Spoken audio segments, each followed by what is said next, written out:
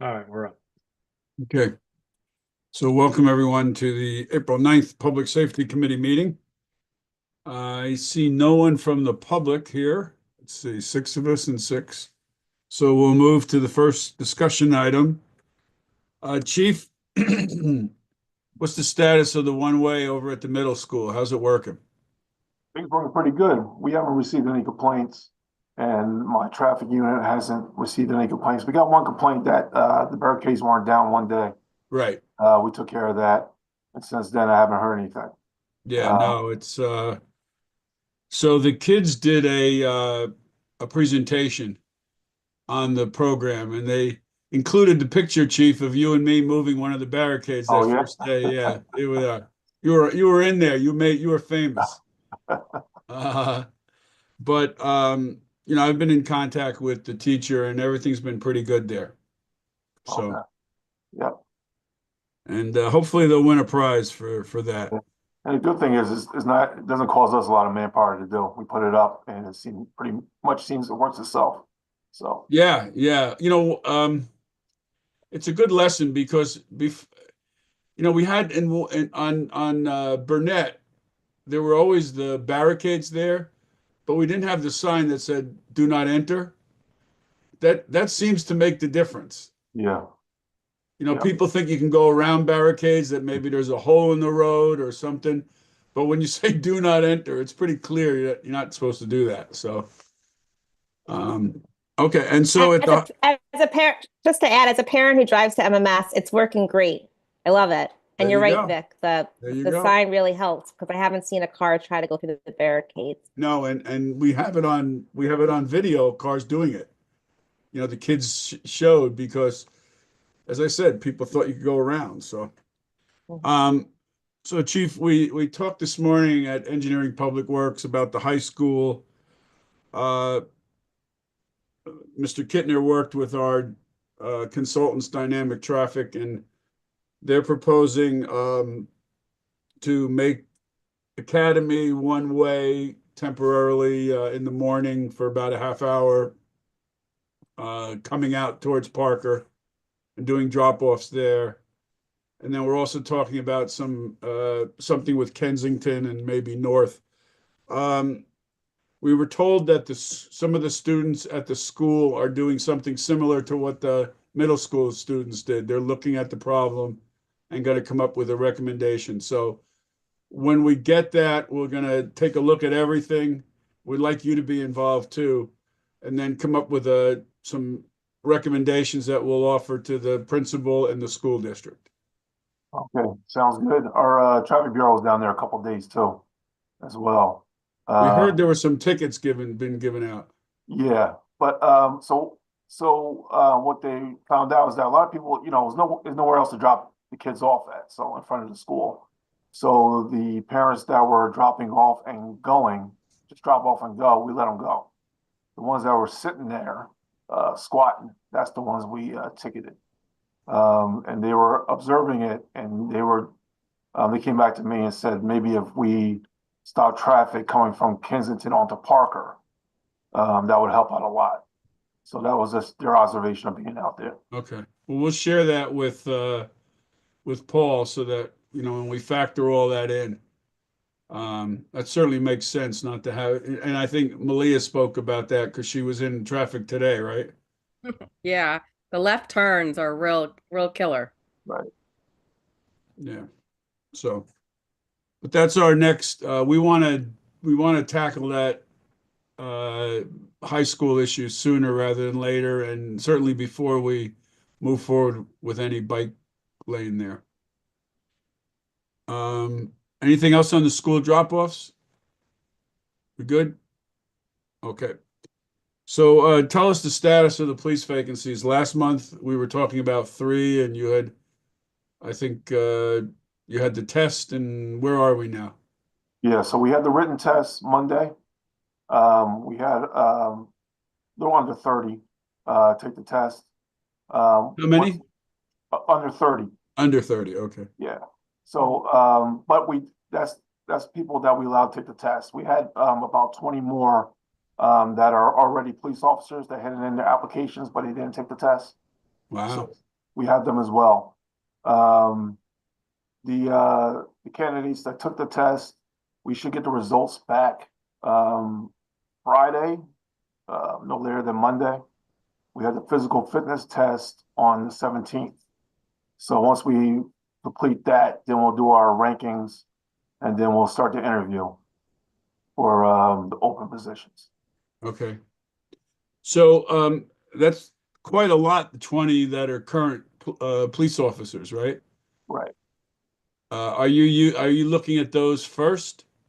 So we're waiting. We're gonna wait till this till they finish the physical fitness test and do it like one big lump Okay. process. You know, I believe we can get good candidates as well that are not police officers already. So we Okay. just want to you know, mix them in there. Okay. So we can expect maybe sometime in April we'll have to schedule interviews. Yes. It's the mayor's favorite thing. Well, actually, second favorite. I think the first favorite was the firefighters. Well, you know, so we'll get them down to a reasonable number for the positions we're looking for. Okay. My third favorite was all the department heads for the first like 3 years I was on the township committee. And Chief, we're still looking at the number 3? Yes. Okay. 2 right away and 1 in a few months or so. And do you have a sense of when the next academy is? June. Oh, so this is good timing. Right. Perfect timing, actually. Good. Yes. Okay. Deborah, you asked for pedestrian crash data. Yeah, I was asking more after some of the engineering meetings where we've been talking about bike lanes. We've had a lot of the public talking about people getting hit on Parker Avenue. So I looked at what Mr. Wary sent around from data from 2019 to 2014, and then what Chief Sally just said, and it looks like on Parker Avenue, there weren't really great improvements of the traffic calming. But for Prospect Street, you know, I noticed that it seems like a lot. So I guess my question was, is it a lot? Like, how do these compare on Prospect Street to prior years, and how do they compare to other areas? And I just think it's, as we talk about Prospect Street, can we wait until the 2026 improvements, or do we need to do stuff before? So that's kind of my stream of conscious thoughts. Well, the one on Prospect that you see, it was 3 on Oakland. 2 of them, it was 2 children, but it was the same incident. So the one is kind of like it's merged. It's the same incident, and then another one was separate. I think I ran this. I believe I had the stats from the year before, but they weren't. I don't think it was that far off from each year. We did in 2025 on Prospect. We did have 70 traffic stops in that location. So we have been doing enforcement. And then on Parker Avenue, we had this far this year 54 stops on Parker Avenue. So we have been picking up enforcement. I believe that Prospect Street with the barriers, on better word for them, but I think that has slowed down traffic a lot. I have been observing that coming down. So then now we have the crossing guard there as well. So Chief, your report here covers January 23rd through April 2025. Right. So that's the whole. This is 3 years here. So there 3 was, years. looks like 1 crash in 23, and then 1, 2, 3, 4, 5 in 24, and then 1 in 25. Yes. And you're saying But that if you one, look at it, it was like 5 incidents in a year time period. right, Yeah, in the that's- 24 one, yeah. Yeah. And they all seem to be Oakland and Oakview and in that area there. So Right in I that think area. by putting up the bollards, which Malia did a wonderful video of today. I That was a think lot that of fun. that should help a lot with that set of intersections there. Yeah. So it's nice to have this data now so that we can see how helps. Yeah, you 'Cause can 5 in a year. see the cars slowing. When not even like the cross guard or anyone in the sidewalk, you can like see them slowing down as they get close there. So thank you for compiling that data, Chief Sally. Yeah, and then on Parker, you're just saying these are 2 and Yeah, it looks 23, right? Yeah, so these are a while back. Hudson and, yeah. So I was just curious about, because at the public meetings for the bike lanes, it seemed like there had been more incidents recently. So I was surprised to not see anything on these lists. Yeah, the top one here, that's the woman who was hit when she was crossing the street and the person took off. Oh, hit and run. Yeah. Yeah, okay. Okay. Superintendent Bing said that he had 4 students hit this year. So I don't know if that's data that's not reported or where he got that from, but he But we said had, to us when Deb and I were at the Yeah. boat meeting. oh, And that's true. There was the Prospect and Academy, the Parker and Academy Yeah. child that was hit yeah. recently. So I don't know where his numbers are from.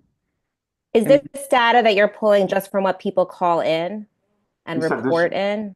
He said this year? This year, there was recently, a couple months ago, a child was Right, hit at on Academy. Parker and Yeah, Academy. that was on Park, that was on, yeah. So, Oh, this is Prospect, right, sorry. right, that's Yeah, Yeah, he might have meant this school year, which, would be 24 to 25. and we do have, it's all recorded. But we do have sometimes when if it was like a high school student that was struck and they go and they leave and they go to the high school and then they report it, but it was still reported once they report it. Hmm. We do So have- is it the fact that it's missing, maybe it's logged under Academy Street, like if it's at an intersection? It could be. How are, It could be on one of the side streets that I'm missing.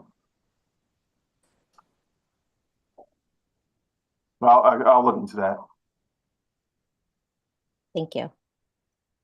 okay. And then, because I felt like people were also saying pedestrians were getting struck farther up Parker near more like the Clinton area, but maybe that was just more than 3 years ago.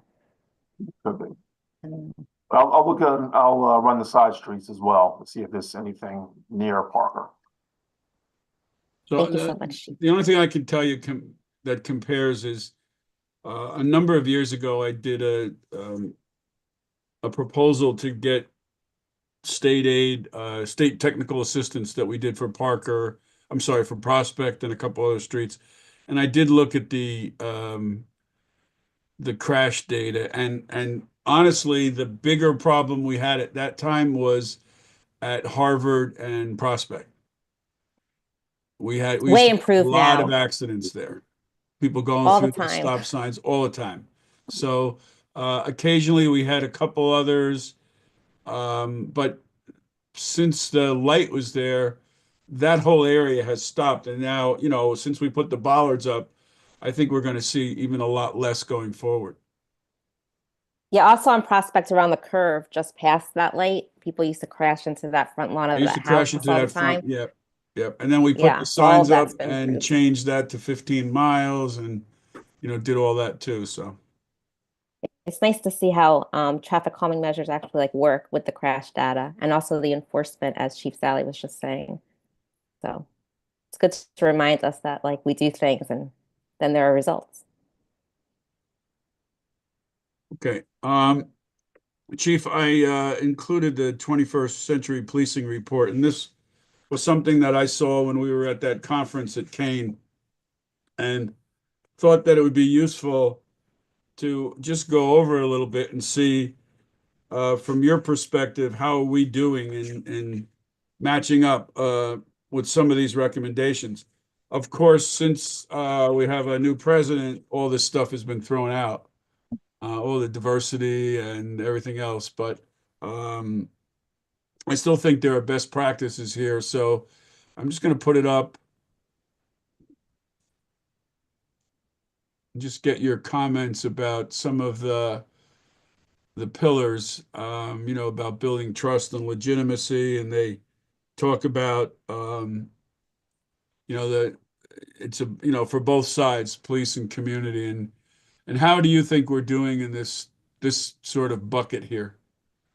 Yeah, so I was actually fortunate enough to meet two of the former chiefs that were on that committee, Charles Ramsey and Dr. Alexander, who were part of writing this. So I do agree with a lot of the pillars that are on here. So what I gather from this, and also being in certain meetings, that the importance of having a community policing base is very important. And with that, it helps to bridge the gap between the public and the police, and also helps to reduce crime once you get that kind of trust. The first pillar with building trust and legitimacy, a lot of stuff is statewide. It's like the AG came down with a bunch of things. One is police licensing. So every officer in New Jersey has to be licensed, and there's a certain criteria to keep that license. And if you lose your license, it moves with you to another department. So if I lose my license or something happens to me here, and I try to go to another department, they will see that the license is revoked or for whatever reason, and you can't, jump from department to department. So that helps to build some of the trust and legitimacy. Also, our internal affairs process. People are not that familiar that most of internal affairs investigations we have is self-reported. So it might be, 68% might come from inside of the department, because the public will not know the rule infraction. We will. So a less amount comes from the public as far as anonymous or some kind of complaint will come, around, less than 20% from the public. And then once we get it, we will investigate to see if there's some type of rule infraction. And most of the time, it is a rule infraction. It's very rare that it's criminal in nature, that is excessive force. But most of our complaints are some kind of rule. We call it SOP, Standard Operation Procedure, where one of those might have been violated. So we do an investigation, and we determine if it was violated. If it was violated or not, we use progressive discipline, meaning we start from verbal, depending on the seriousness of it, and go up the ladder there. Now, if it's more serious, of course, it will jump to a higher degree. But this is the kind of thing that we check ourselves. Also, to build trust and legitimacy, we have the Community Board on Police, which the AG says we're allowed once the internal affairs investigation is over, they are allowed to review the summary of it. So that brings out an outside public to see where we're at as far as how we are running our department, and that I believe builds some kind of trust. A lot of these pillars overlap, so Right. A lot of things I'm saying might go into the other ones, other things, but also transparency is very important. And sometimes it's hard for the police department to become transparent, because a lot of times people want information right away, but we want to make sure we're accurate. And also sometimes we can't give out the information because we are conducting an investigation, and we need to get the right facts and do the best. So we give it out as we give out basic information, and then once we have the facts, then we give out what happened and everything else. So we have the NICS alert that we use for various things. We use it for, of course, for road construction and things of that such, but also we use it if we have an incident taking place. Now, I just want the public to know that we don't put a lot of information out there because it changes a lot. So we might get a call, person might say, I'm a victim of a robbery. We get out there and we realize that it wasn't a robbery at all. So we don't want to put that information out right away. So what we'll put out is, police responding to a suspicious incident in the area. And then once we determine what it is, then we update the public of what it is. So a lot of calls do come in that way. So, but the public wants to know. And also we have, and this moves into the technology part. This is one of the pillars. We just purchased brand new police radios. We're up and running with that about a month ago. And with that, we have police scanners that the public listens to, and they get information from that as well. So that's another way the public can find out what exactly is going on in the police department. Police, the building trust, policy oversight. I kind of talked a little bit about both, but also we're currently updating all of our standard operation procedures. We're in the process right now of doing that, of updating them, getting them up to date, make sure they're not contradicting the Attorney General, the laws, they're up to date with everything. We have a company that has come in and they're doing the overhaul of our standard operation procedures. Once that's complete, we should be ready for accreditation in the police department. And that's another step of, building the trust, legitimacy, policy, oversight with that. So those are, I don't know what pillars we're on now, but pretty much just that. So one of the questions, we're reducing the training budget this year. Are we still going to be able to maintain our emphasis on training and education for the officers? Yes.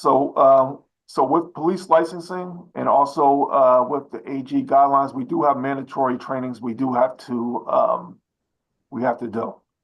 But we have officers that are trained to train our officers to do that. Also, we also locate a lot of free training as well. Mm-hmm. Free training, and then also we have reached out to community on certain things that have come and done it as volunteers to train us on certain things. So we can use all that to assist us with the training. But this, our department is, like you said, in 2023 and 2024, we were budgeted, an increase in training, and we've had a lot of training, de-escalation, crisis intervention training, cultural awareness, active shooter training, domestic violence, pursuit policy, use of force. And a lot more that I'm not thinking of now, but our department has been very well trained. We might have to cut back on some of the great symposiums I go to, but that's okay. Yeah, you won't be able to go to Arizona again or whatever you want. Right. So one of the things that a phrase that I learned when we were going through the Semino stuff was the procedural justice, as sort of an internal sense among the officers that our policies and procedures were going to be just and fair, and everyone was going to be treated the same, and that you weren't going to have favorites, and some people could do things and some people couldn't. And I think there was a feeling for a while there that in the police department that some people could do no wrong because they were the favorites. And is that changed some? So unfortunately, some officers might still feel that way. The problem is that they cannot see each other's discipline or what is going on with them. So sometimes they might misrepresent how an officer is treated, but they don't know because they can't see their internal affairs file or what discipline they received in the past. So sometimes I think that happens, and that's misunderstood sometimes. But we try to stay fair with and with our progressive discipline of the officers, and so that's where we're at.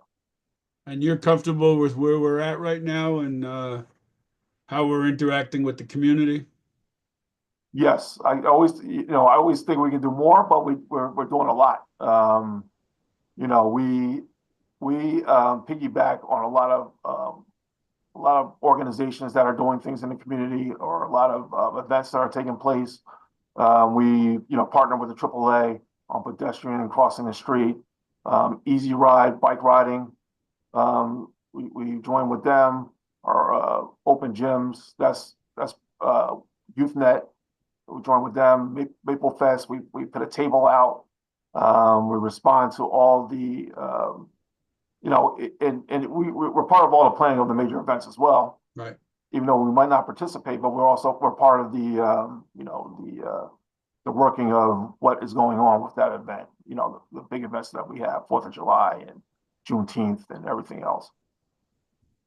We go where we're invited to. So. And I know there's a whole section here on diversity and equity and inclusion, and I mean, you know, the township committee is still committed to making sure that not only does our police department represent the community and the real world, but that we recognize that we have many different cultures and traditions in our community. Yeah, so our police department, you know, that's one thing that's, you know, A+ with our department. We're very diverse. Women officers and different races and religions and backgrounds and everything else. So I'm good with where we're at in the police department. Okay. Anybody have any comments or questions for the chief on this? No? Oh. Good, okay. Chief, a couple of township committee meetings ago, we had representatives from the village condominiums on Meadowbrook come, and they raised some questions primarily around the shooting that occurred on Elmwood. And I know we don't want to go into that here, but they also talked about there's speeding that goes on in Meadowbrook. You know, people trying to beat the light, so they're turning off of Boyden and going through and getting to Elmwood. They mentioned there's overnight parking on that Meadowbrook area, and that the parking lot pool, there are people who don't have permits that are parking there, and all that. They're saying that no one's being ticketed. Yeah, so yeah, I heard that complaint a few weeks ago, and we have done a lot of enforcement over there with the overnight parking. Also, we had done details over on Meadowbrook. Of course, it's a public street; they can cut through, but we are looking for the speeding. But when we're there, we're not necessarily getting that. But we are over there as far as the enforcement, and as far as the shooting that took place, we did make an arrest that night. So as soon as that happened, we made the arrest, and then on the 13th, you know, on the 13th of March, we had further charges on them. So we were able to, through ballistics, once the ballistics came back, and our officers' interviews and everything else, we were able to put multiple charges on that person. So the investigation went pretty fast, and the arrest was right away. And even after the arrest, we had, you know, additional units in the area for a time period. So there was a claim made that it took the police 10 minutes to get there. Do you have a sense of response on that night? Yeah, so from the first call to the first officer arriving, we were there under 4 minutes. It was 3.8 to be exact. And then a minute later, an officer was in contact with one of the callers. So it was a minute after that. And then right after that, the investigation started, and then we had multiple officers in the area. Okay, thank you. Anybody have anything else on that? Our plan, I spoke to Patrick about this. Our plan is to reach out to the condo people and just follow up with them now that we've had the Public Safety Committee meeting and the engineering meeting, and just try to wrap up some of these things that they talked about. They talked about lighting. I wasn't sure if that was lighting, like the condo needs more lighting or No, those are the street lights on Elmwood. yeah. And we talked about that It's this dark morning. over So there. Paul is gonna work with the police. What happens is Paul puts in a request for the police to do an analysis. It takes us a night to do it, so we can, Okay. we knock it out pretty fast. Oh yeah, because you were looking at Memorial Park, the lights over there. No. What'd you find on that one? Yeah, I did have notes on that. I don't have them in front of me, but Okay. I think most of them were working. They just seemed to be very dim, Hmm. what I remember. Maybe one was out, I believe. So then you'll There look was over at the some, condo area and check out their lighting. Yes. I Do think in you Memorial report it? Park, there was a problem, electrical problem that has been worked out. Chief, do you report it to public service or do you just report it to engineering for them to We do? report to engineering.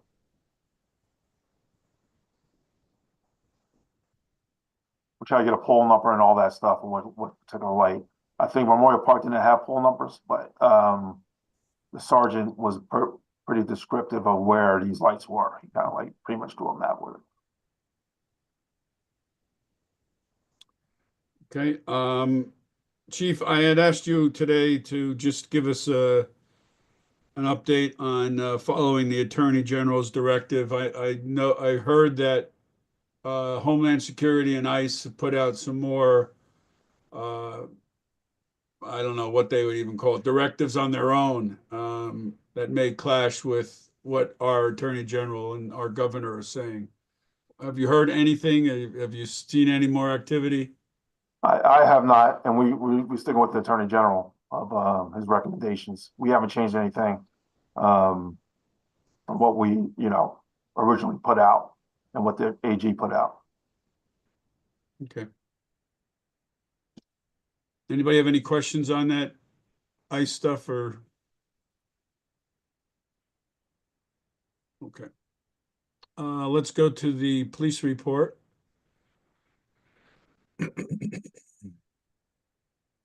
Good numbers, Chief. Good.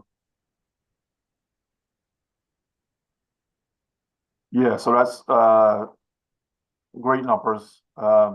These guys are, I don't know if you heard, but a lot of people in the public saying they've seen the officers a lot more out on the street. Um, the robberies, the big ones, robberies, ag assault, burglaries. We did have this month 2 attempts. One was like on a car, but they never went to the house, and one was like on a screen of a door, and they took off. But other than that, some of the towns around us are still getting burglaries, but our guys are in the area of where we've been having them. So, the patrol division is doing their thing, which is driving these numbers down the way they are.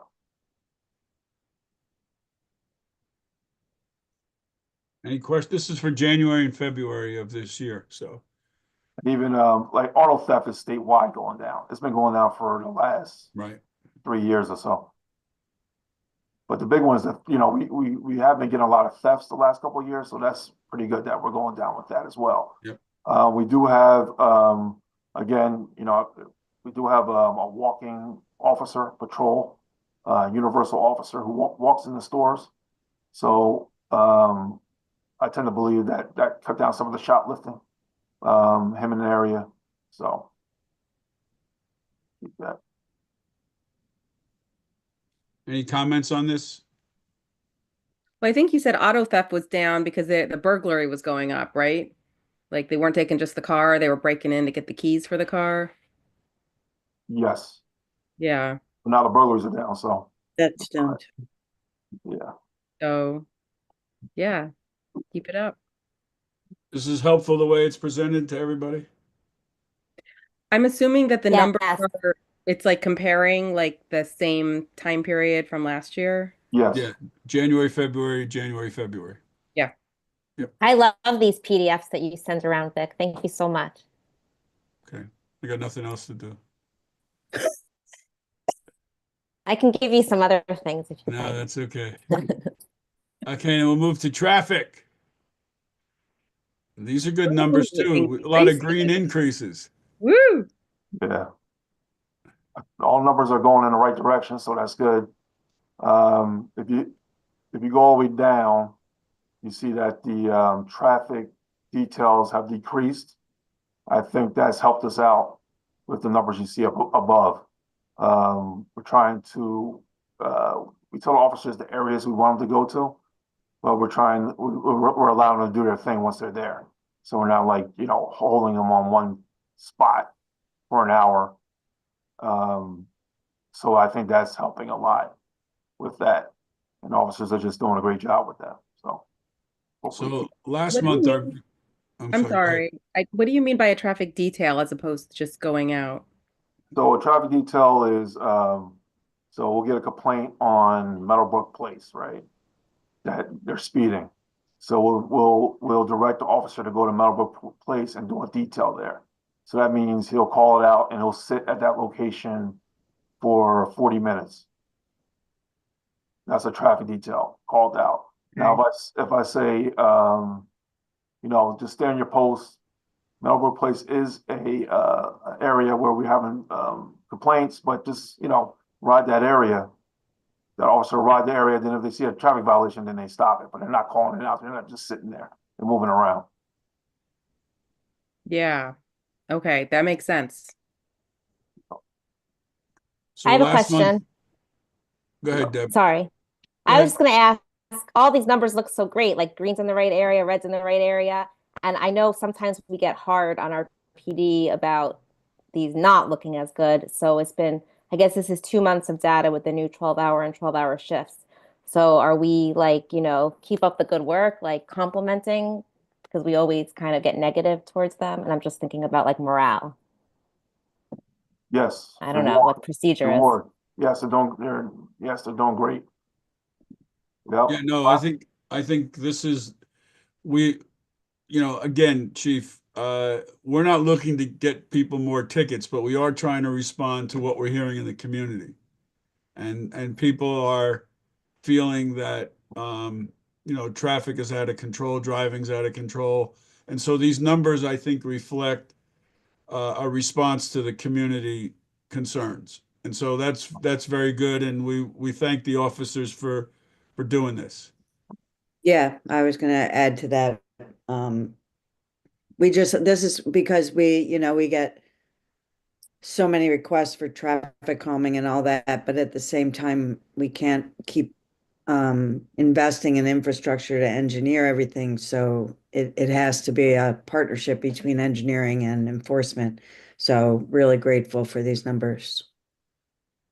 Yeah, I constantly see people saying, "Why aren't they enforcing?" And I can't wait to see the post when someone goes, "They did. It was me. I got a ticket." Yeah. So perhaps at our TC meeting on Tuesday, Mr. DeLuca, you can say something Okay. about this. I don't know. Is that the only thing I can say, or can I say other things at the meeting? That's You it. can say other things. Oh, I don't That's know. it? Well, you can Mayor, sing. that's That's it? the only thing you can. That's the only thing you can say. But maybe Can you I can say sing one some thing? other Okay. things. One, Sing them. Sing one it. thing, make it one long sentence of All many. right. Anything more on these? So these are good numbers, Chief. Thank you. I know we've been pressuring you, and I really just thank the lieutenants because it really goes back to lieutenants.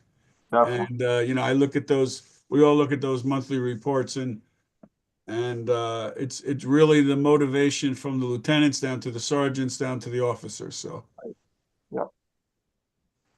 okay. You, Chief, have you found that they've been doing less warnings since we've been asking for more, The warnings are up as well. Right. Oh, there they are. Okay. Yeah.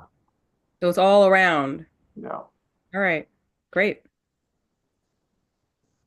But I think last time we saw an up in warnings, but we didn't see violations. This time we're Yeah. seeing, healthy violations. The radar is off the charts, and then the Yeah. warning notices too. So, Yeah.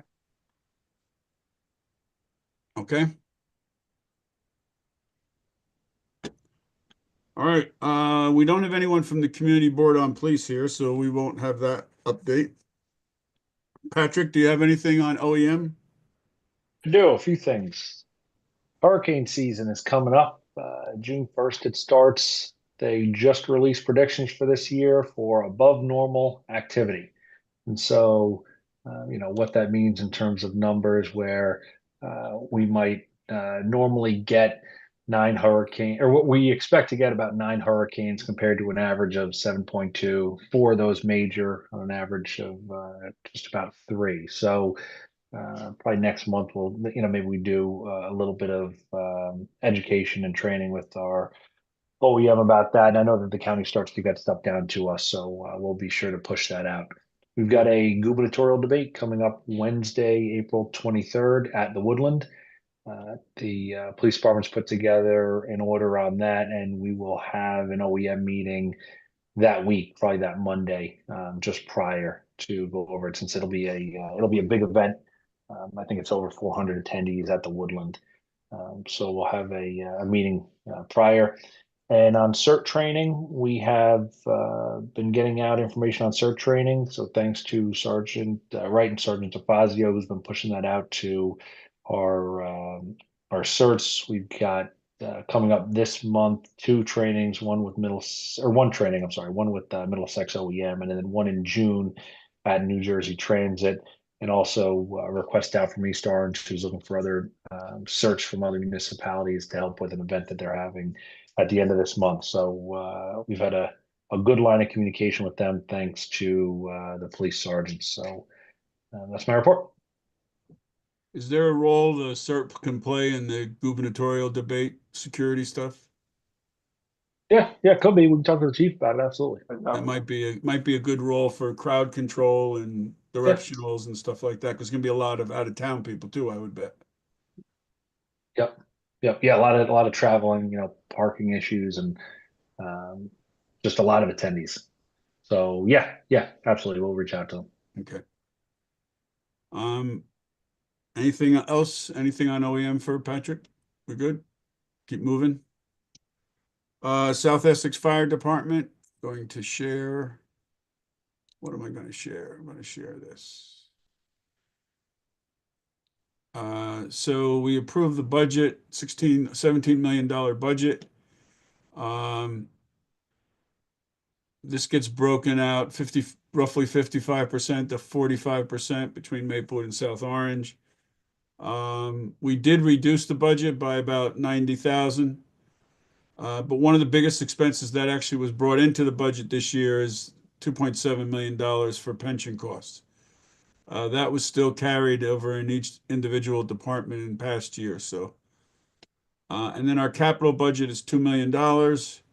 Maplewood pays 60% of that because we have 60% of the firehouses and equipment in Maplewood and 40% in South Orange. And we're buying a new fire engine for about $1.1 million. And then these are the numbers for February and then year to date. You can see that very few fires, which is good. And most of these fires are out of town. So we don't want these numbers to go up, or if we do, we want them, if they're going to remain the same, we'd rather respond to mutual aid than have it here.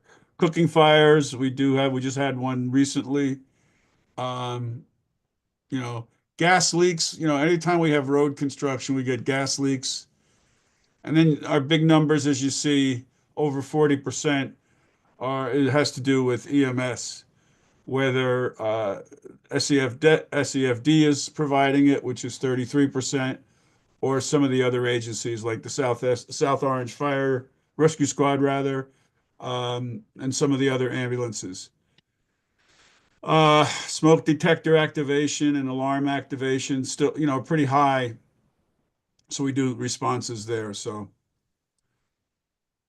and that's pretty much it. I don't know if anyone has any questions. No? No, I guess still, I have one question about the building. What did you say, 60% or whatever? We have more building, but we share all the same firefighters. So I'm just curious about how that deal So works. we have there's 5 pieces of apparatus. 3 of them are in Maplewood and 2 in South Orange. So 60% of the apparatus is in Maplewood. So, and 2 of the 3 fire stations are in Maplewood, firehouses are in Maplewood. So we agreed to cover 60% of capital costs, as opposed to 55%. Okay. What would 55% be? Just the difference? That's the operation. So 60% is just for that's the what we capital covered. cost. 55% is operation. And it's not 50/50 because of the population or No, because it's of not the number? 50/50. It's based on assessed value. Oh, Just like the school is based on assessed value. That's, got it. that's the only way that New Jersey works with these regionalization things. It's assessed value. Got it. That makes sense. Thank you for explaining.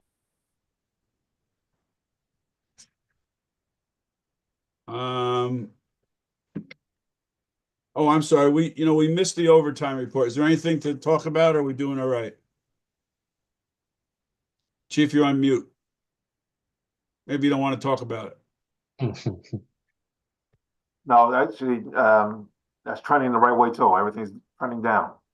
So, total, 911 dispatch overtime is down 58.39%. So that's pretty good. Everything's going red. Okay, sounds good. Okay, we have our second public comment. Any other new items? No, just good job on going down on overtime too. Second public comment, we have no one, so let's go into closed session just so we could hear if there's anything the chief would like to tell us about any incidents.